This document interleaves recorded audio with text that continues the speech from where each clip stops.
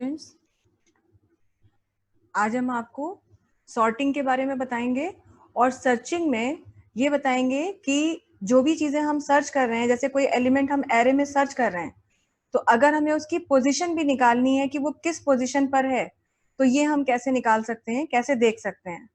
तो किसी भी एरे में अगर कोई वैल्यू आपको सर्च करनी है, तो उसके बेसिस पर हमारे पास यहाँ दो तरीके के प्रोग्राम आ सकते हैं क्वेश्चन में।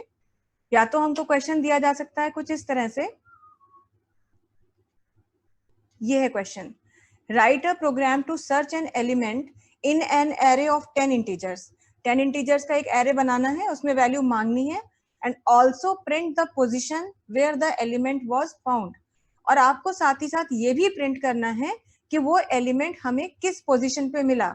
जैसे कि मान लीजिए हमारा एरे है, सपोज ये हम इस एरे को कंसिडर कर रहे हैं एक एग्जाम्पल की तरह। तो अगर हमारा एरे ये है,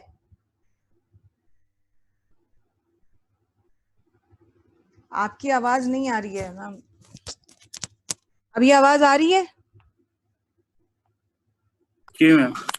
ओके, ठीक है। तो यहाँ पर क्या है, ये हमारा एरे है, हमें एलिमेंट सर्च करके ये तो बताना ही है कि एलिमेंट सर्च सक्सेसफुल हुई या नहीं हुई, लेकिन साथ ही साथ हमको ये भी बताना है कि हमारा वो एरे, हम एलिमेंट हमें किस पोजीशन पर मिला, ये भी चीज हमको देखनी है।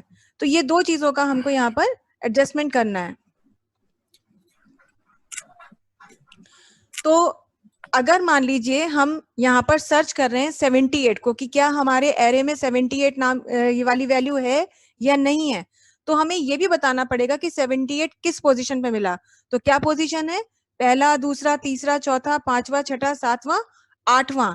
तो हमको ये बताना है कि 78 एरे में है, सर्च सक्सेसफुल, और वैल्यू फाउंड एट पोजीशन 8, ये भी आपको बताना है।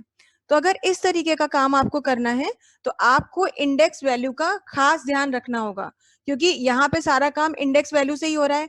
जैसे पहली इंडेक्स वैल्यू अगर हमारी 0 थी, तो दूसरी इंडेक्स वैल्यू 1 थी। तो अब यहाँ पर देखिए, इंडेक्स वैल्यू से अगर हम चलेंगे तो हमारी वैल्यू बदल जाएगी। हाँ, लेकिन मजबूरी हमारी ये है कि काम एरे में तो इंडेक्स वैल्यू से ही होगा। जो भी वैल्यू आप हिट कर रहे हैं एरे पे स्टोर की हुई, वो इंडेक्स वैल्यू से ही आ रही है आपकी। तो ये हमारे यहाँ पर 6th पोजीशन है, और ये है 7th, ये है 8th, और ये है 9th। तो इंडेक्स वैल्यू तो हमारी ये बनी हुई है, मगर अभी हमने आपको गिन के बताया, तो देखा जाए तो 78 किस जगह पर है, 78 की पोजीशन 8 है। अगर यूजर के पॉइंट ऑफ व्यू से देखें, तो यूजर एरे देख रहा है, उसको इंडेक्स वैल्यू से कोई मतलब नहीं है। जिसने आपको एरे के लिए वैल्यू दी है, उसको इस बात से कोई मतलब नहीं है कि इंडेक्स क्या होता है। उसको तो उसने कहा 78 8वीं पोजीशन पर है।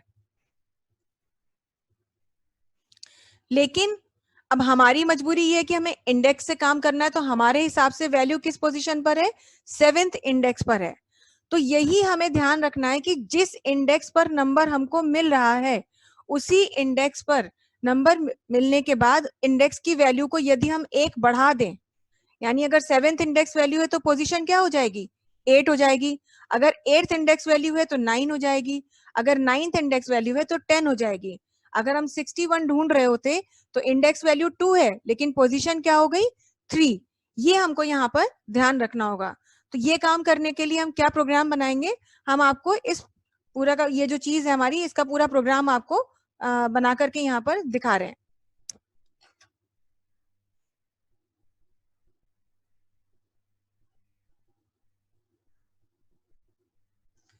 तो सबसे पहले अपने प्री प्रोसेसर्स लिखेंगे।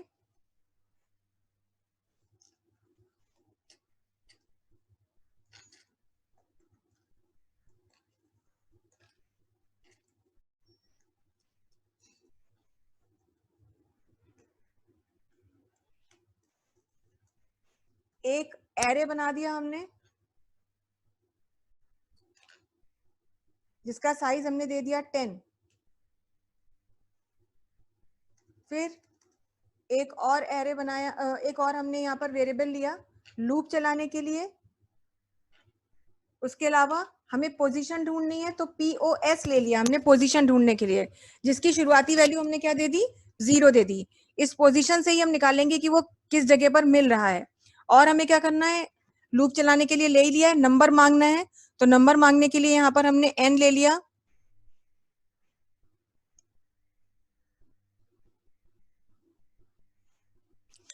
इसके बाद में यहाँ पर हमें क्या करना है, हमें एक काउंटर वैल्यू लेनी है। तो सबको अब पता है कि सर्चिंग जब भी करनी है तो काउंटर वैल्यू आपको लेनी होगी। इसके बाद अब हमें क्या करना है, हमें सबसे पहले लूप चला करके वैल्यू मांग लेनी है। 0 से शुरू किया, less than is equal to 9 गए क्योंकि एरे का साइज 10 है, और आई प्लस प्लस कर दिया। इसके बाद लूप के अंदर गए और यहाँ पर मैसेज डाल करके अपनी वैल्यूज मांग ली, कुछ इस तरह से।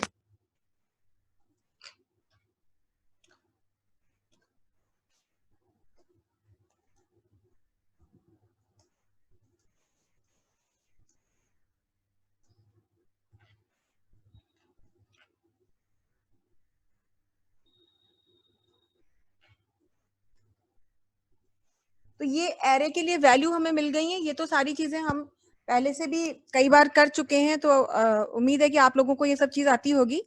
अब हम एक मैसेज डालेंगे जिसमें हम उनसे पूछेंगे कि भाई आपको कौन सा नंबर ढूंढना है। तो हमने लिख दिया enter number to be searched,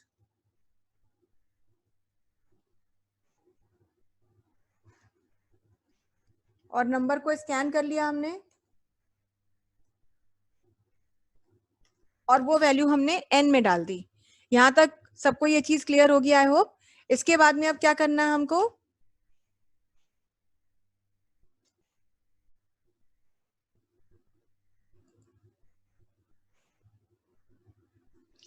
इसके बाद में अब हमें सर्चिंग का प्रोसेस अपना शुरू करना है, और वही लीनियर सर्चिंग हमसे कहा गया करने के लिए, तो लीनियर सर्चिंग ही हमें करनी है। और यहाँ पर क्या कह दिया हमने लीनियर सर्चिंग के लिए, फिर से लूप चलाया अपना, for I is equal to 0 less than is equal to 9 I plus plus. उसके बाद में अब हम क्या कहेंगे, if A of I number is equal to A of आई,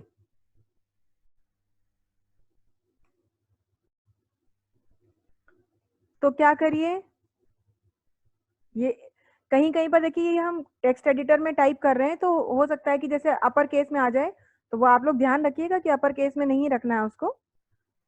फिर यहाँ कह दिया काउंटर की वैल्यू +1 करिए, और उसके बाद में ब्रेक कर दीजिए। अब ये तो बिल्कुल वही हमारा लीनियर सर्च का प्रोसेस था, यहाँ अभी तक कुछ भी नया नहीं आया। और ब्रेक करके आप बाहर आ जाइए, लूप भी आपने बंद कर दिया। ये तो सारी चीजें हमारी हो गई, लेकिन अब हमें पोजीशन कैसे पता चले। तो बाहर आके आपको पता ही है कि हम यहाँ पे क्या करेंगे, सबसे पहले तो हम अब जो है उनको कहेंगे, कंपेयर करेंगे, कंडीशन लगाएंगे कि सी की वैल्यू यानी काउंटर की वैल्यू क्या है। तो हम वही बोलेंगे कि अगर सी की वैल्यू है 1 यानी कि नंबर एरे में अवेलेबल है, तो क्या करिए, तो प्रिंट कर दीजिए। पहले तो हमने यही कर दिया कि क्या प्रिंट करिए, सर्च सक्सेसफुल, एलिमेंट तो मिल गया। मगर अब आप साथ में ये भी लिखना चाहते हैं कि कहाँ मिला, तो हम लिख सकते हैं उसी के आगे वैल्यू फाउंड एट पोजीशन। अब यहां पर हम देना चाहते हैं पोजीशन, तो पोजीशन क्या है, वो कोई नंबर ही होगा, तो %d लगा दिया कि इसके आगे पोजीशन प्रिंट हो जाए। और पोजीशन हमारी होगी क्या, पोजीशन हमारी है जो इंडेक्स वैल्यू है उसमें अगर 1 ऐड कर दें तो पोजीशन हमारी प्रिंट हो जाती है। तो यहीं पर क्या कहेंगे, i + 1, और ऐसा करने से पोजीशन प्रिंट हो जाएगी। क्यों प्रिंट हो जाएगी, क्योंकि देखिए जैसे ही नंबर एरे की इंडेक्स वैल्यू पे स्टोर की गई वैल्यू से मैच करेगा तो दो काम होंगे, एक तो सी की वैल्यू इंक्रीज होगी, और दूसरा आप ब्रेक करके तुरंत बाहर आ जाएंगे। इसका सबसे ज्यादा फर्क इस एक्शन का क्या पड़ेगा कि आई की वैल्यू भी वहीं पे रुक गई। अब मान लीजिए आपको 5th पोजीशन पर, यानी कि आई की वैल्यू 4 थी और आपको वहीं पर वैल्यू मिल गई, तो जब आप बाहर आएंगे लूप से तो आई की वैल्यू भी आगे नहीं बढ़ेगी, आई की वैल्यू क्या हो गई, वहां पर 4 रही। और अगर आप आई की वैल्यू में 1 ऐड कर देंगे तो पोजीशन क्या हो जाएगी, 5। तो ये फर्क हमें यहाँ पड़ेगा, जिसकी वजह से हम पोजीशन को प्रिंट करा सकते हैं। और अगर ऐसा नहीं है तो बस वही लिखेंगे अपना एल्स, और बाद में दे देंगे printf, search unsuccessful, element not found, जो भी आपकी मर्जी है वो आप अपने मन से अपना जो मैसेज है वो दे सकते हैं. हमने यहाँ पे लिख दिया है search unsuccessful. तो इस तरह से आप जो है ना केवल किसी एलिमेंट को सर्च करते हैं बल्कि आप उसकी पोजीशन को भी प्रिंट करा करके बता सकते हैं. एक बार आप डायग्राम पे देखिएगा, ध्यान दीजिएगा, अभी हम दोबारा से आपको एक्सप्लेन कर दे रहे हैं और तब आप इस कंडीशन को समझ पाएंगे अच्छे से. ये लीनियर सर्च का एग्जाम्पल है. आज ये फाइल हम आपको भेजेंगे क्योंकि इसमें आज वाली जितनी चीजें हम पढ़ा रहे हैं या शायद आगे वाले सेशन में पढ़ाएंगे और उसी में हमारा असाइनमेंट भी पूरा का पूरा बना हुआ है, तो ये आपको यहाँ पर देखने मिलेगा. तो ये क्वेश्चन हमारा जो है यहाँ पर असाइनमेंट वाला क्वेश्चन है, ये क्वेश्चन नंबर 7. ये क्वेश्चन नंबर 7 का यहाँ पर आपको सॉल्यूशन दे दिया गया है. Question 7 solution. ठीक है, तो ये तो हमारा हो गया. और इस चीज को अब हम कैसे समझेंगे? देखिए, आपको लीनियर सर्च के लिए यहाँ पर ये दिया था. तो अगर मान लीजिए आप ढूंढ रहे थे 78 के लिए, ये तो है हमारी इंडेक्स वैल्यूज, और देखा जाए इंडेक्स वैल्यू तो है ये, लेकिन पोजीशन क्या है हमारी? ये पोजीशन है ये हमारी एक एक बढ़ा करके.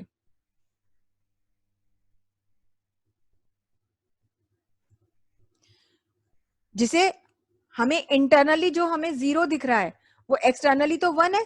यूजर को थोड़ी इससे मतलब है कि आपकी 0th पोजीशन है. यहाँ 1 है, यहाँ 2 है, ये पोजीशन है 3. मॉनिटरी तो हम पोजीशन ऐसे ही देखेंगे. ये पोजीशन है 4, ये पोजीशन है हमारी आगे 5, फिर है हमारी 6, फिर है हमारी 7, फिर है यहाँ पर पोजीशन जो नेक्स्ट है हमारी वो है 8, उसके बाद है हमारी पोजीशन 9. क्योंकि पोजीशन तो वही है जो हमें दिख रही है, लेकिन इंटरनल वो वैल्यू स्टोर कहाँ हो रही है वो इंडेक्स वैल्यू से पता चलता है आपको. तो ये चीज जो है ये इंडेक्स है,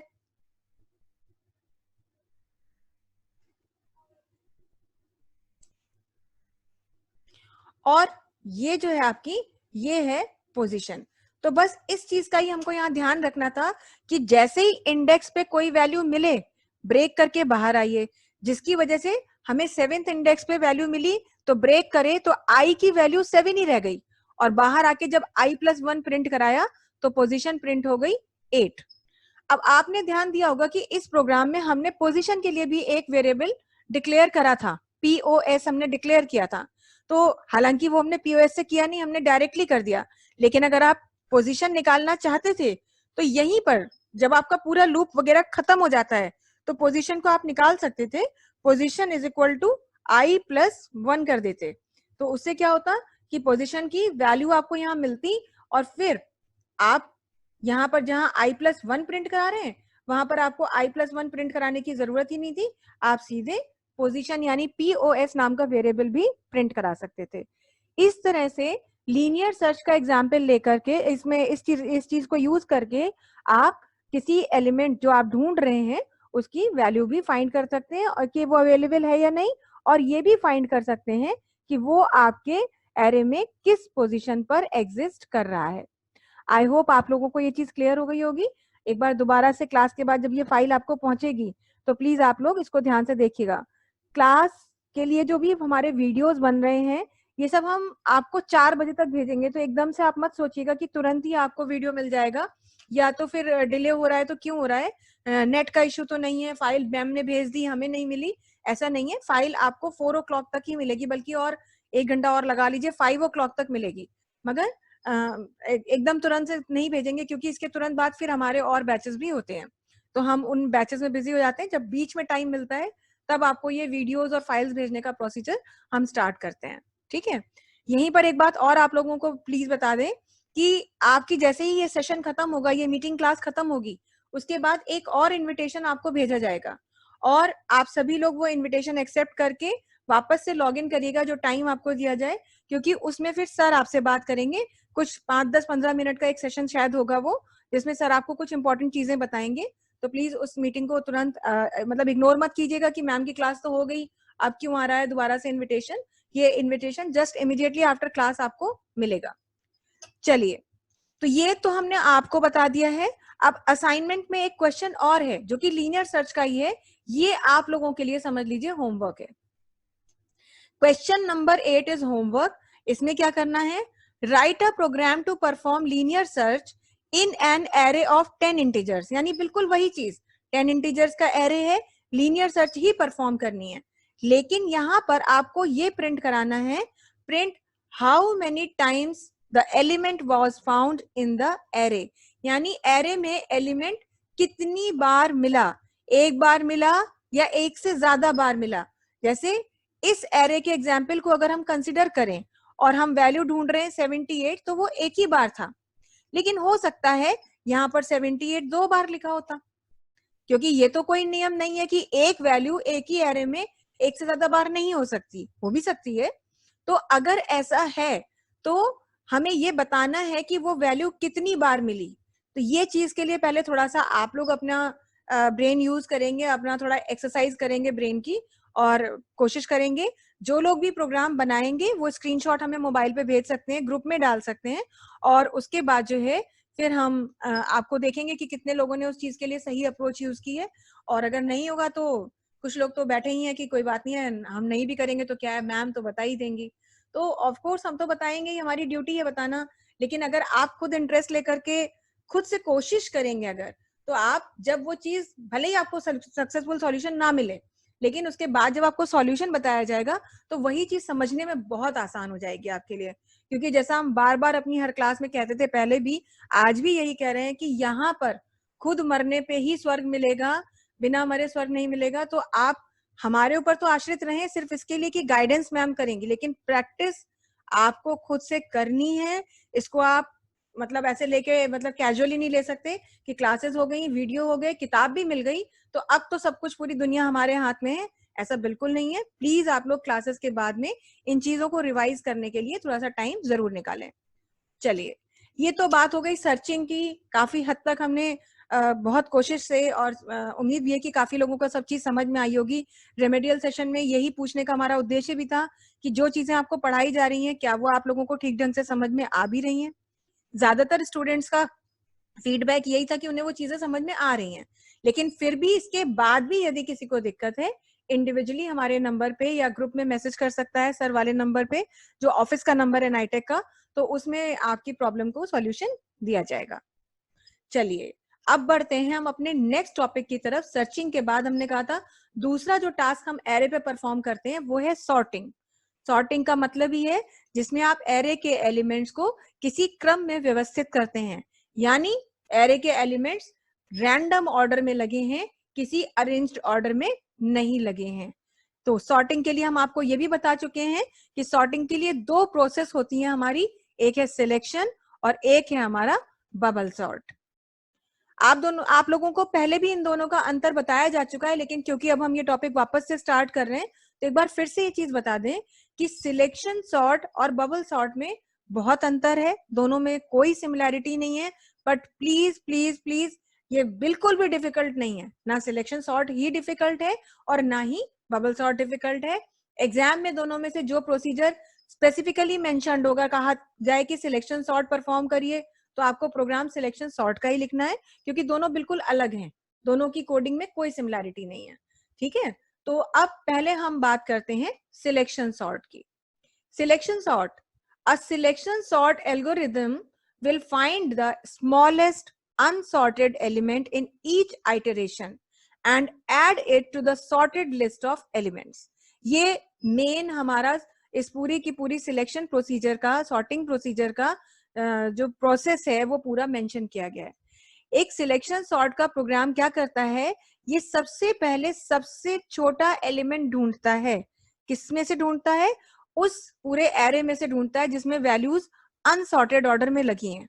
हर आइटरेशन में, यानी हर बार जब लूप चलता है तो सबसे पहले ये सबसे छोटी वैल्यू ढूंढता है और उसके बाद उस एरे में उस वैल्यू को अरेंज कर देता है जहां पर लिस्ट ऑफ सॉर्टेड एलिमेंट लगाई जा रही है, जहां पर सॉर्टिंग करने के बाद एलिमेंट्स को लगाया जा रहा है।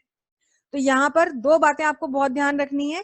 पहली कि सबसे पहले सबसे छोटी वैल्यू ढूंढनी है, और दूसरी ढूंढते ही उसको एलिमेंट को अपनी जगह पर अरेंज करना है, और उसके बाद उसको हाथ भी नहीं लगाना है, मतलब उसके बाद उस पे से ध्यान हटा देना है और आगे हमें बाकी के अनसॉर्टेड एलिमेंट्स को सॉर्ट करने के तरफ ध्यान देना है। चलिए लेट्स टेक एन एग्जाम्पल। अब इसके लिए हमने कुछ एलिमेंट्स एक एरे में डाले हैं और उसका एग्जाम्पल लिया है। जैसे हमारा एरे है 2 4 1 3 5, एक 5 एलिमेंट्स का एरे है जिसमें वैल्यू पड़ी है 2 4 1 3 5। आप सभी को दिखाई दे रहा है कि ये बिल्कुल अनसॉर्टेड है, ऑर्डर में नहीं लगी हैं।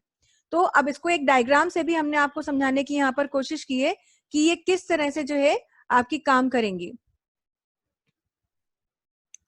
तो सबसे पहले देखिए, अगर हम बात करें सिलेक्शन सॉर्ट प्रोसीजर की, तो पहली स्टेप में क्या हो रहा है कि इसने सबसे पहले ढूंढा सबसे छोटी वैल्यू कौन सी है। और देखिए जैसे ही इसने ढूंढा, तो ये आपको पता है एरे की सबसे छोटी वैल्यू कैसे निकाली जाती है। आपको ध्यान होगा हर बार क्या करते हैं, सबसे छोटी वैल्यू में पहले से ही कोई वैल्यू डाल देते हैं। उसके बाद क्या करते हैं कि हर बार तुलना करते हैं, और तुलना करते हुए देखते हैं कि जो वैल्यू हमारी सबसे छोटी वाली वैल्यू में पड़ी है, यदि वो किसी अगली वैल्यू से बड़ी है तो इंटरचेंज हो जाती हैं वैल्यूज। इंटरचेंज का मतलब भी आपको पता है कि स्वैप हो जाती हैं। तो यहाँ पर भी स्वैपिंग का प्रोसीजर होगा, और स्वैपिंग का नाम लेते ही आपको ध्यान आ जाना चाहिए कि आप एक टेम्परेरी वेरिएबल लेते थे जिसकी मदद से स्वैपिंग करते थे, बिना टेम्परेरी वेरिएबल के भी करते थे, लेकिन यहाँ पर जब स्वैपिंग करेंगे तो एक थर्ड वेरिएबल की मदद से स्वैपिंग करनी है। याद होगा अदला बदली बताई थी, कोक के ग्लास में फैंटा डालनी है और फैंटा के ग्लास में कोक डालना है, कुछ इस तरीके से। तो कहा था खाली ग्लास लेते हैं, तो बिल्कुल इसी तरह से यहाँ पर भी एक टेम्परेरी वेरिएबल लेंगे जिसमें हमारी वैल्यू जो है थोड़ी देर के लिए स्टोर होगी और बाद में स्वैपिंग के बाद उस टेम्परेरी वेरिएबल का यूज खत्म हो जाएगा। तो यहाँ पर क्या किया देखिए, सबसे पहली स्टेप में सबसे छोटी वैल्यू मिली 1, और जैसे ही सबसे छोटी वैल्यू मिली 1, वैसे ही देखिए ये कंपेयर हुई किससे, एरे की पहली वैल्यू से, यानी जो करंट इंडेक्स पे स्टोर की गई वैल्यू है उससे कंपेयर हुई। और तुलना ऐसे की गई कि यदि सबसे छोटी वैल्यू यानी इस पोजीशन की जो वैल्यू है, यदि वो करंट इंडेक्स पे स्टोर की गई वैल्यू से छोटी है, या हम इसको उल्टा भी कह सकते हैं कि करंट इंडेक्स पे स्टोर की गई वैल्यू यदि सबसे छोटी वैल्यू से बड़ी है, तो ये यहां आ जाए और ये यहां आ जाए। मगर यहां से यहां और यहां से यहां लाने के लिए क्या करना पड़ेगा, एक टेम्परेरी वेरिएबल लेना पड़ेगा। मान लीजिए टी ले लिया हमने, तो ये 2 चला जाएगा पहले टी में, फिर 1 आएगा इस जगह पर। जब ये खाली हो जाएगा तो टी में स्टोर की गई वैल्यू यहां आ जाएगी, जिसकी वजह से हमारा एरे कैसे बनेगा। अब देखिए 1, ये डार्क कलर से आपको दिखा दिया है कि एरे पहली स्टेप में क्या हुआ कि 1 यहां आ गया और 2 उस जगह पहुंच गया जहां 1 था। और जो ये शेडेड वाला हमारा सेक्शन है 1, अब इसको जो है हमें बिल्कुल भी छूना नहीं है, क्योंकि ये अपनी जगह पर आ चुका है। आगे की जो भी प्रोसेस है वो इसके बाद से ही शुरू होगी। जो अनशेडेड सेक्शंस हैं उन एरे के साथ ही काम होगा, इसके साथ काम नहीं होगा। इस चीज को देखिए यहाँ समझाया हुआ भी है। After iterating the whole list the smallest element 1 is found, पहले सबसे पहले 1 मिला, and that has to be swapped with the first element in an unsorted array. उसको स्वैप किया गया अनसॉर्टेड एरे में पहली वैल्यू के साथ, and the same steps continue, और यही स्टेप्स बार बार फॉलो की जाएंगी। कब तक, until all the elements are placed in the right position, तब तक फॉलो की जाएगी ये बार बार प्रोसीजर, जब तक कि सारे एलिमेंट्स अपनी सही जगह पर नहीं आ जाते हैं। और ऐसे यहाँ पर अगर हम देखें पहली स्टेप में, तो 1 जो है वो सॉर्टेड लिस्ट का पार्ट बन गया है और बाकी के एलिमेंट्स जो हैं वो अनसॉर्टेड लिस्ट हैं। माने आप इस डाउट में मत रहिए कि सॉर्टेड लिस्ट कोई अलग बन रही है और अनसॉर्टेड लिस्ट कहीं अलग बनी हुई है, वही लिस्ट है, लेकिन अब ये 1 सॉर्टेड लिस्ट का हिस्सा बन गया और बाकी के एलिमेंट्स अनसॉर्टेड लिस्ट का हिस्सा बने। चलिए ये तो पहली बार हुआ काम। अब अगली स्टेप की तरफ बढ़ते हैं। अब हमें 1 को तो देखना नहीं है, ये सॉर्टेड हो गया, देखिए लिख भी दिया यहाँ पे कि ये सॉर्टेड है और बाकी अनसॉर्टेड है। तो अब यहां से लेके यहां तक में सबसे पहले फिर से सबसे छोटी वैल्यू निकाली गई, और वो क्या मिली, हमें 2 मिली। और जैसे ही वो हमें 2 मिली तो हमने फिर क्या किया, 2 को अगली पोजीशन से कंपेयर करना शुरू किया। और देखिए 4 क्योंकि बड़ा होता है तो 4 2 की जगह आ गया और 2 4 की जगह पहुंच गया, जिसकी वजह से हमारा एरे ये बन गया। अब सॉर्टेड लिस्ट में 2 एलिमेंट आ गए, 1 और 2, और अनसॉर्टेड लिस्ट में ये 3 एलिमेंट बचे हुए हैं, 4 3 5। ये तीनों अभी भी अनसॉर्टेड हैं, जिन्हें हमें फर्दर सॉर्ट करना है। तो देखिए फिर 4 3 5 में सबसे छोटी वैल्यू निकाली गई, 3 मिली, वो अगली वैल्यू से यानी थर्ड इंडेक्स वैल्यू से कंपेयर की गई और 3 अपनी जगह पर आ गई और 4 5 बचा। आप देख रहे हैं ये जो डार्क सेक्शन है ये बढ़ता चला जा रहा है, शेडेड पार्ट्स बढ़ते जा रहे हैं, क्योंकि हर बार सॉर्टेड लिस्ट बदल रही है। पहले केवल ये थी, फिर मतलब पहले केवल ये थी, फिर ये सॉर्टेड लिस्ट हो गई, फिर इसमें एक एलिमेंट और ऐड हो गया, अब बचे हमारे ये 2, इनमें सॉर्टिंग हुई। तो देखिए 4 जो था वो अपनी जगह पर सही मिला, क्योंकि सबसे छोटी वैल्यू मिली 4, 2 ही तो कंपैरिजन करने थे, 4 और 5 में छोटा कौन है, 4 ही छोटा है, और 4 उसी जगह पर कंपेयर हुआ, क्योंकि हम प्रोसेस भी तो हमारा यहीं से अब शुरू होगा सर्चिंग का, कंपैरिजन का, तो यहीं पे आए। अब यहाँ पर स्वैपिंग की जरूरत नहीं पड़ी। क्यों नहीं पड़ी? क्योंकि 4 अपनी जगह पर सही है, 4 है और कंपैरिजन में भी सबसे छोटी वैल्यू 4 मिली, तो स्वैपिंग की कोई जरूरत यहाँ पर नहीं पड़ी, नो स्वैप नीडेड, जिसकी वजह से अब अनसॉर्टेड एलिमेंट 5 रह गया। और क्योंकि 5 जो है वो लास्ट नंबर हमारा रहा, तो ऑब्वियसली वो अब सबसे बड़ी वैल्यू ही रही होगी, जिसकी वजह से हमारा अनसॉर्टेड लिस्ट जो हमें कुछ इस तरह से दिख रही थी, ये पूरा प्रोसीजर कंप्लीट करने के बाद, सॉर्ट होने के बाद कुछ इस तरह से बन गई। अब इस चीज का ही हमने आपको प्रोग्राम भी नीचे बना करके दिखाया है, तो थोड़ा सा ये आपको ध्यान रखना है इसमें कि हर बार मिनिमम वैल्यू भी बदल रही है और कंपैरिजन के लिए इंडेक्स भी बदल रहा है। यानी पहले मिनिमम अगर ये था तो इंडेक्स ये था, फिर अगली बार मिनिमम ये है तो इंडेक्स बढ़ा, फिर मिनिमम ये है तो अगला इंडेक्स ये बढ़ा, तो कंटिन्यूअसली ये पोजीशन चेंज हो रही है। तो इसी के लिए सबसे पहले हमने एक एरे ले लिया। अब यहाँ पे देखिए हमने एरे को साइज दे दिया 100। अब एक और तरीके से आपको एरे के लिए वैल्यू लेना सिखाया कि मान लीजिए हमें पता ही नहीं है कि एरे में कितने नंबर डालने हैं, हो सकता है ये चीज हम यूजर से पूछें कि भाई आप कितने नंबर डालना चाहते हो एरे में, तो अनुमान से हमने 100 बना लिया कि भाई 100 से ज्यादा तो वैल्यू नहीं डालना चाहते होंगे, तो एक एरे को हमने डिफाइन किया और उसका मैक्सिमम साइज दे दिया 100। उसके बाद में यहाँ पर कुछ और वेरिएबल्स हमने लिए, जैसे यहाँ पर हमने n ले लिया है ढूंढने के लिए, कि कितने नंबर ढूंढने के लिए नहीं, सॉरी, कितने नंबर हम अपने एरे में डालना चाहते हैं उसके लिए। i और j लूप चलाने के लिए लिए, क्योंकि देखिए यहाँ पर 2 लूप बराबर चलेंगे, एक लूप तो यहाँ से यहाँ तक चल ही रहा है, लेकिन अंदर ही अंदर एक लूप और चलेगा जो आपको वैल्यूज को स्वैप करने, यहाँ से यहाँ बढ़ने में मदद करेगा। तो इसीलिए कि हमने यहाँ पे 2 वेरिएबल लिए हैं, i और j। m ले लिया हमने मिनिमम वैल्यू को निकालने के लिए, और t ले लिया हमने टेम्परेरी वेरिएबल जो स्वैपिंग के समय काम आएगा। यहाँ सबसे पहले बिना कोई लूप चलाए हमने पहले पूछा कि कितने नंबर ऑफ एलिमेंट्स आप एरे में डालना चाहते हैं, और n में वो वैल्यू डाल दी। अब ये यूजर की इच्छा है, वो 10 दे, 5 दे, 15 दे, 100 तक कुछ भी दे सकता है, यानी एक एरे में कितने नंबर होंगे ये n में स्टोर हो गया। उसके बाद हमने देखिए लूप चलाया, और अब की बार हमने जो लूप चलाया है वो लेस देन n रखा है, लेस देन 9 या लेस देन 10 या less than is equal to 9 नहीं रखा।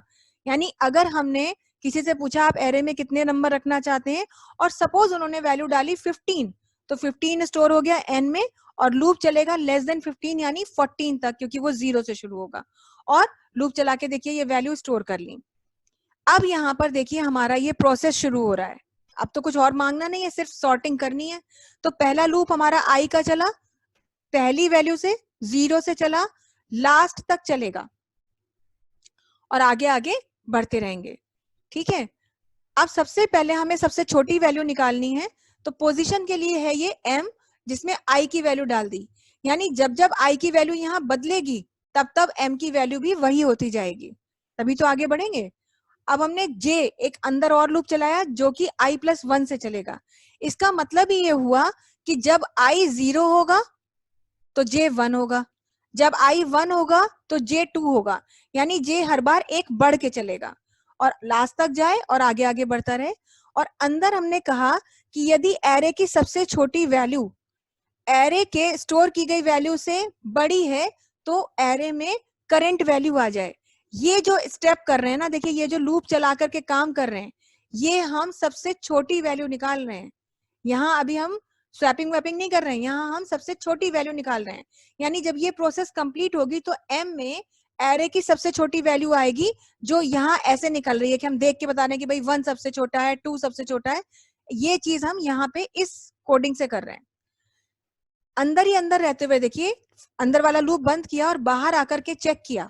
बाहर मतलब हम एक्सटर्नल लूप से बाहर नहीं आए हैं, देखिए आई के अंदर अभी भी हम हैं, ये सिर्फ जे को हमने क्लोज किया है। और अब हमने कहा कि अगर हमारे एम की वैल्यू आई की वैल्यू के बराबर ना हो, यानी एम और आई यानी पोजीशन और इंडेक्स बराबर नहीं है, तो आप क्या करिए, स्वैपिंग कर दीजिए। बराबर नहीं है, जैसे 4 4 के बराबर हो गया था तो स्वैपिंग नहीं करनी थी, लेकिन जब यहाँ पे 2 1 के बराबर नहीं था या 1 2 के बराबर नहीं था तो स्वैपिंग करनी है, 2 4 के बराबर नहीं है तो स्वैपिंग करनी है। तो स्वैपिंग को चलाने के लिए कहा कि अगर बराबर नहीं है तो स्वैपिंग करो, अगर बराबर होते तो स्वैपिंग नहीं होती। तो स्वैपिंग कैसे करो, टी में पहले ए ऑफ आई आ जाए।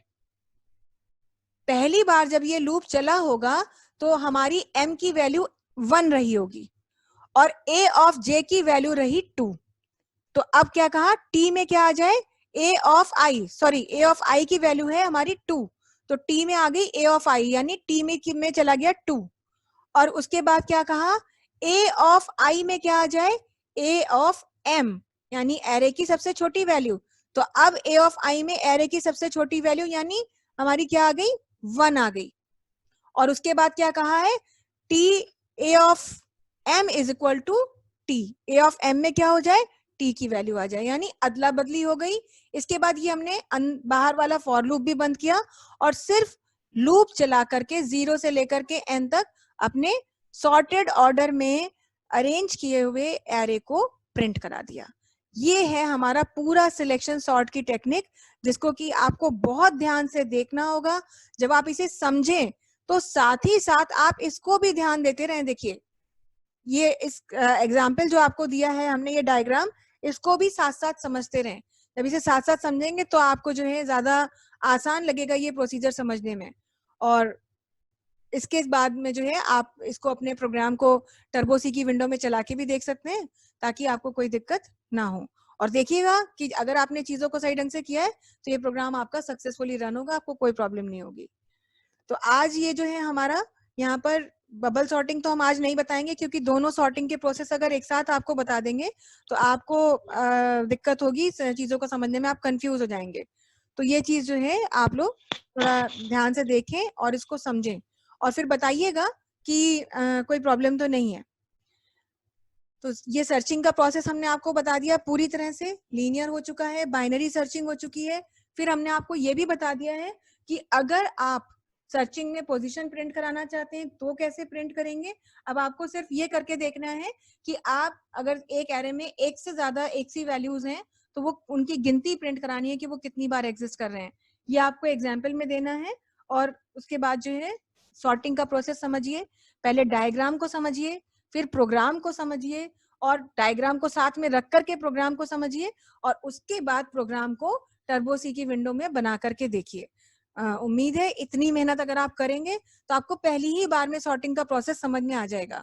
बबल सॉर्टिंग जो है हम आपको आज नहीं बताएंगे, बबल सॉर्टिंग अपनी नेक्स्ट सेशन में बताएंगे।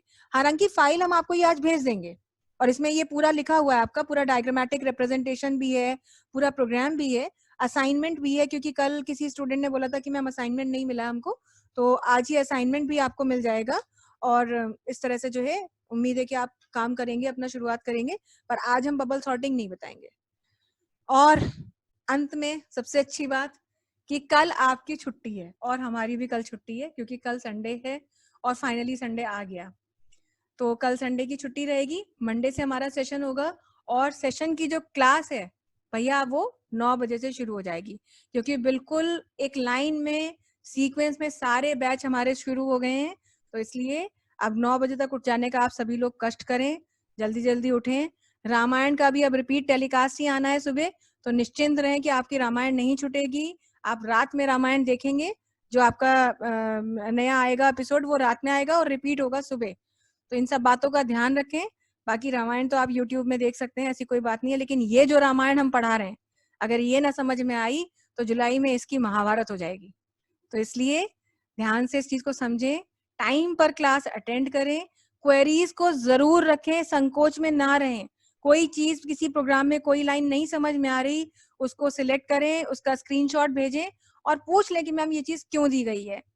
अभी पूछ लेंगे तो एग्जाम में आपके लिए बहुत सरल रहेगा। इमीडिएटली क्लास के बाद जो इनविटेशन आपको भेजा जाए, कृपया उस इनविटेशन को एक्सेप्ट करें और सर जो क्लास लें उसमें अपने वीडियो ऑन रखें, अपने ऑडियो ऑन रखें और पूरी तरह से अपनी बातों को सर के सामने रखें और सर की जो बातें सर आपको बताएंगे उनको पूरे ध्यान के साथ सुने। और आज के लिए हम इतना ही रखते हैं। अब हम लोगों की मुलाकात होगी मंडे को और शाम तक ये फाइल हम आपको और वीडियो दोनों सेंड